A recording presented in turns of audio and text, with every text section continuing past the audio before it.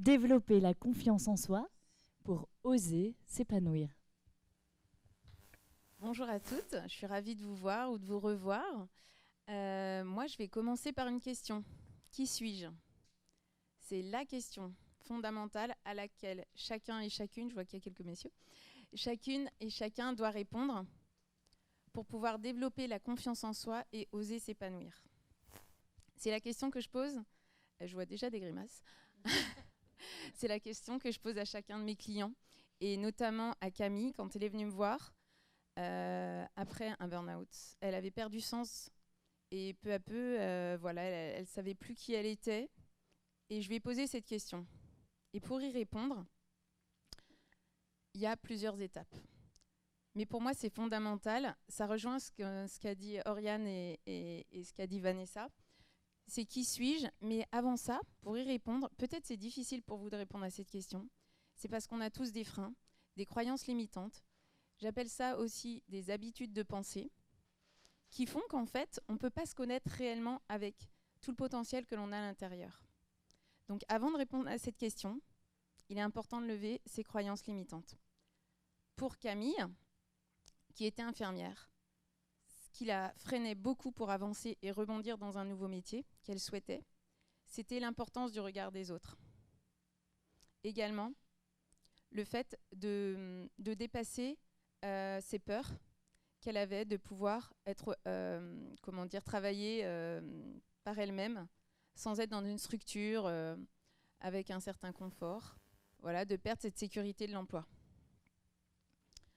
La deuxième chose que je voudrais détailler pour pouvoir développer la confiance en soi et donc se connaître, c'est pour explorer son identité. Une fois qu'on a levé ses freins, qu'on s'autorise à aller voir à l'intérieur le cadeau qu'on a reçu, en fait, la merveille que vous êtes, il faut utiliser un nouveau stylo ou des nouvelles lunettes, si vous voulez. Vous savez, on a tous été habitués à être corrigés, je pense, peut-être moins les générations maintenant, mais à être corrigés avec un stylo rouge. On entourait ce qu'on ne savait pas faire, ce qu'on avait oublié, ce qu'on avait raté. Et avec cette habitude de penser, on oublie ce qu'on a réussi. Il y a même des gens qui viennent me dire « mais moi, je suis un échec ambulant ». Elles me racontent leur vie et je reformule. Moi, ce que je vois, c'est que vous avez réussi à avoir votre brevet, à avoir votre bac. Certes, à ne pas avoir la licence, mais vous avez réussi votre bac +2. Et là, vous avez réussi plein de choses. Et en fait, quand on a été habitué à voir ce qu'on n'a pas réussi, on ne sait plus voir ce qu'on a réussi. Donc, un premier outil que je vous propose pour développer la confiance en vous et vous connaître à nouveau avec un nouveau regard, donc c'est cette redécouverte, c'est prenez un fluo jaune, ou rose si vous voulez, et écrivez la liste de toutes vos réussites. Elle va être très longue. Et cette liste, elle va s'allonger tous les jours. Ça permet d'identifier des choses, des pièces de vous-même. Moi j'appelle ça, je vous ai mis l'image d'un puzzle, la métaphore d'un puzzle. Mais c'est aussi, si je reprends la métaphore du papillon, à l'intérieur de la chrysalide, quand on est enfermé dans ses croyances, on ne voit plus son potentiel, on n'a plus la lumière intérieure. On cherche à l'extérieur les réponses, alors qu'en fait, il faut d'abord regarder à l'intérieur. Et pour ça, nos expériences, nos réussites nous disent aussi beaucoup de choses sur nous-mêmes. Mais il faut aussi identifier les pièces maîtresses de son puzzle. Alors, les pièces maîtresses, ce qu'a dit Oriane, c'est aussi, je suis désolée, on se répète, mais je pense qu'on parle tous de l'être humain et donc de la merveille que vous êtes, et donc l'importance d'écouter vos besoins. Les besoins que vous ressentez, ce sont souvent ce qui vous fait le plus plaisir. Ça peut être, comme Camille, je me souviens, c'était se balader dans la nature avec son chien. C'était aller à des cours de sophrologie et partager avec ses amis qui prenaient les mêmes cours qu'elle. C'était aimer prendre le temps pour instaurer des relations de confiance. Et dans son métier d'infirmière, on lui reprochait le temps qu'elle aimait prendre avec les patients. On lui reprochait trop d'empathie, trop de bienveillance. Ce qui fait que le fait qu'on lui reproche ces choses-là, elle se remettait, elle, en cause, alors qu'en fait, c'était le contexte. Et dans ce contexte-là, elle ne pouvait plus satisfaire ses besoins de relations de confiance, de relations agréables, de relations en ayant du temps. On n'est pas tous pareils. Et c'est que chacun d'entre vous qui pouvez connaître vos réels besoins. Donc là, l'outil que je vous propose, c'est avec votre main. Si vous avez 5 doigts, vous allez chercher 5 choses. Si vous en avez 4, ce sera 4, peu importe. 5. Tous les jours. Qu'est-ce qui m'a fait plaisir aujourd'hui? Qu'est-ce que j'ai réussi? Et à qui j'aimerais dire merci? C'est pour parsemer sur votre journée des petites étincelles de bonheur, de joie, et aussi de choses qui vous apprennent des choses sur vous. Quand vous avez eu plaisir à échanger avec une amie, c'est que j'aime ce temps de relation. En fait, vous le savez tous, en fait. Toutes, vous êtes conscients de ce qui vous nourrit, mais vous l'oubliez. Le fait de faire cet exercice tous les jours, tous les soirs, qu'est-ce que j'ai réussi, qu'est-ce qui m'a fait plaisir, à qui j'aimerais dire merci, on commence à regarder sa vie différemment. Et on commence à reconstruire la confiance en soi. Et on commence à se connaître un peu plus. Et on commence aussi à se mettre au centre. Pour continuer à identifier les pièces maîtresses de son puzzle avant de choisir ce qu'on veut en faire, de ce gros cadeau qu'on a reçu, eh bien, on va chercher ses atouts. Les pièces maîtresses, si Camille ne les avait pas identifiées, elle ne serait pas allée au bout de son projet. Les pièces maîtresses, ce seront vos valeurs. C'est ce qui fait sens pour vous. C'est ce que vous allez mettre au cœur de votre projet, au cœur de votre choix.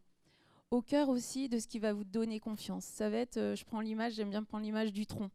Vous savez, on a une colonne vertébrale. Eh bien, quand vous aurez identifié vos pièces, c'est comme si vous aviez un tronc à l'intérieur qui ne fait que grandir. On ne pourra plus vous déstabiliser. C'est ça qui donne la confiance en soi. Vos valeurs, ce qui donne le sens de votre vie, ce qui est le plus essentiel pour vous, et vos talents. Vous avez tous et toutes des talents.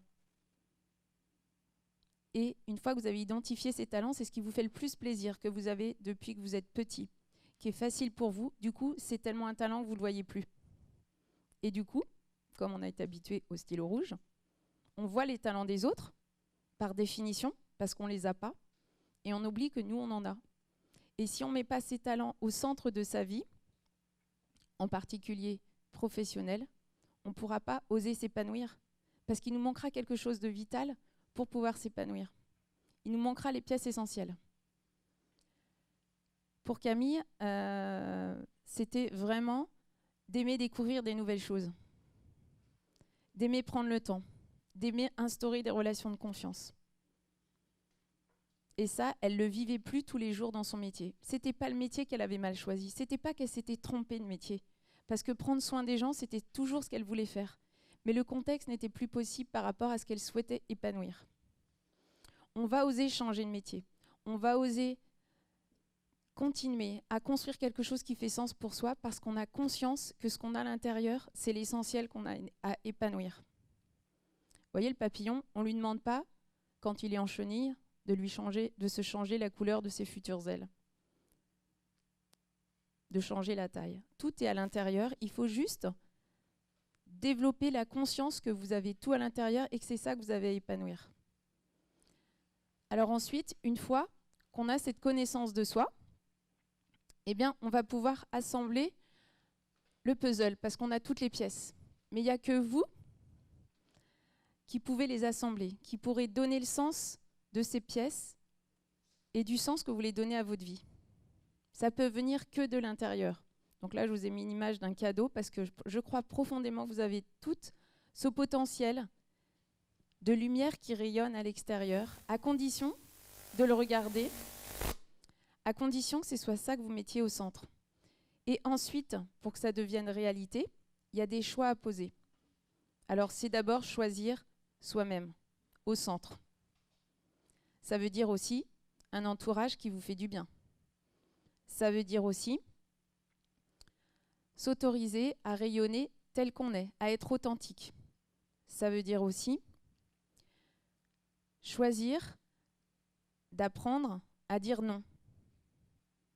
Parce que si on se choisit, on ne pourra pas dire oui à tout le monde. Si on dit oui à tout le monde, on dit déjà non à soi-même. Ça ne veut pas dire qu'on dit non à tout le monde.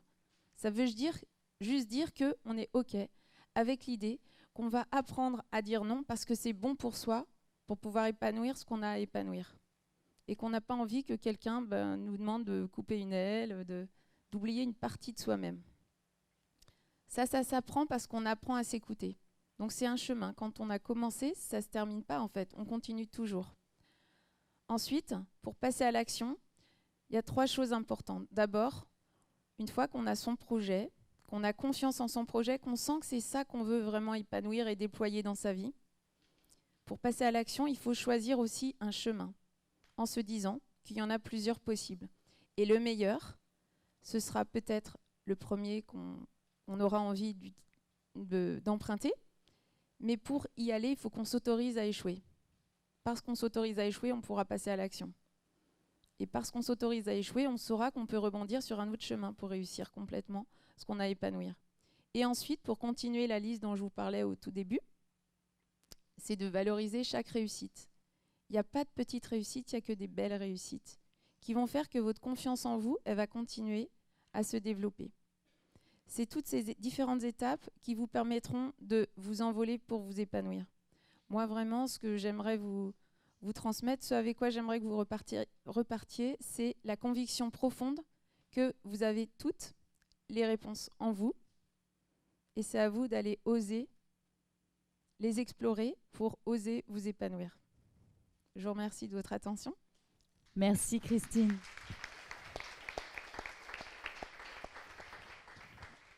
Merci à toutes les 3 pour ces présentations extrêmement claires et concrètes. Ça fait beaucoup de bien, merci.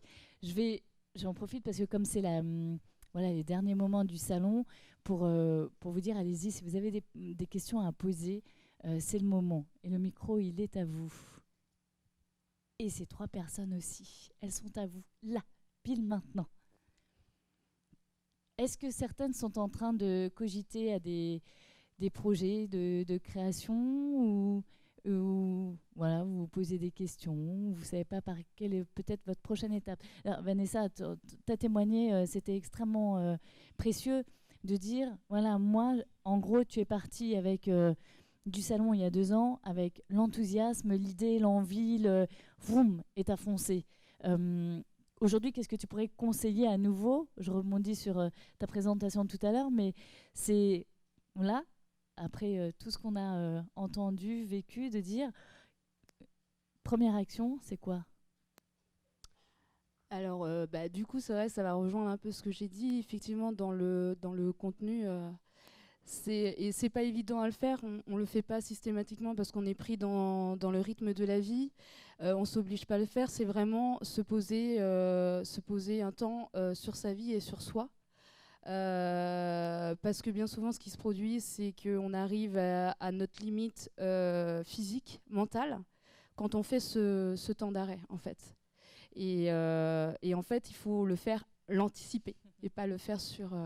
Ce qui signifie que quand on n'est pas très bien, il faut le prendre, parce que ça nous fait du bien, mais même quand on est reboosté, il ne faut pas non plus foncer tête baissée. Il faut garder cet enthousiasme et cette énergie pour les mettre au service du projet, mais réussir à faire là aussi un temps de pause pour dire « Ok, maintenant, je prends le temps de m'éclaircir les idées ».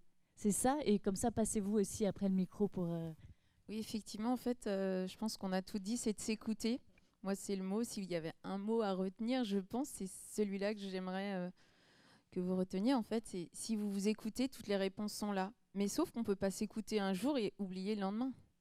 Donc, en fait, c'est apprendre à s'écouter et choisir de continuer à s'écouter. Donc, si on est à l'écoute, c'est vrai qu'il y a des réglages à faire un peu tous les jours, en fait, hein, parce que la vie change, on n'est pas à un moment avec certains besoins et à un autre moment, on a d'autres besoins. Et donc, il ne faut pas attendre qu'il soit trop tard. Parce que beaucoup de gens, on le voit, hein, sont en souffrance, en particulier au travail, parce qu'on n'a pas écouté. Une fois qu'ils sont passés de l'autre côté, ils savent dire « si j'avais su, je me serais écouté ». Et heureusement, il y a aussi des gens qui témoignent, j'en ai entendu là aujourd'hui, ils ont su s'écouter avant que ce soit trop tard. Donc c'est possible. Ce qui compte, c'est d'être motivé pour vivre. Justement, il faut y croire en fait. Je pense que tout ce qu'on vous présente, c'est beau, ça fait rêver. Mais est-ce que vous y croyez pour croire vraiment que c'est possible pour vous, pour chacune de vous, en fait? Et si vous... Enfin, c'est une question que je vous pose, en fait. Vraiment, c'est vous qui me posez les questions. Mais voilà, si vous y croyez vraiment, je pense que vous êtes prête à... Et si vous venez là, c'est que vous cherchez des réponses. Mais en fait, elles sont là, quoi. Merci Christ. Ça me fait penser.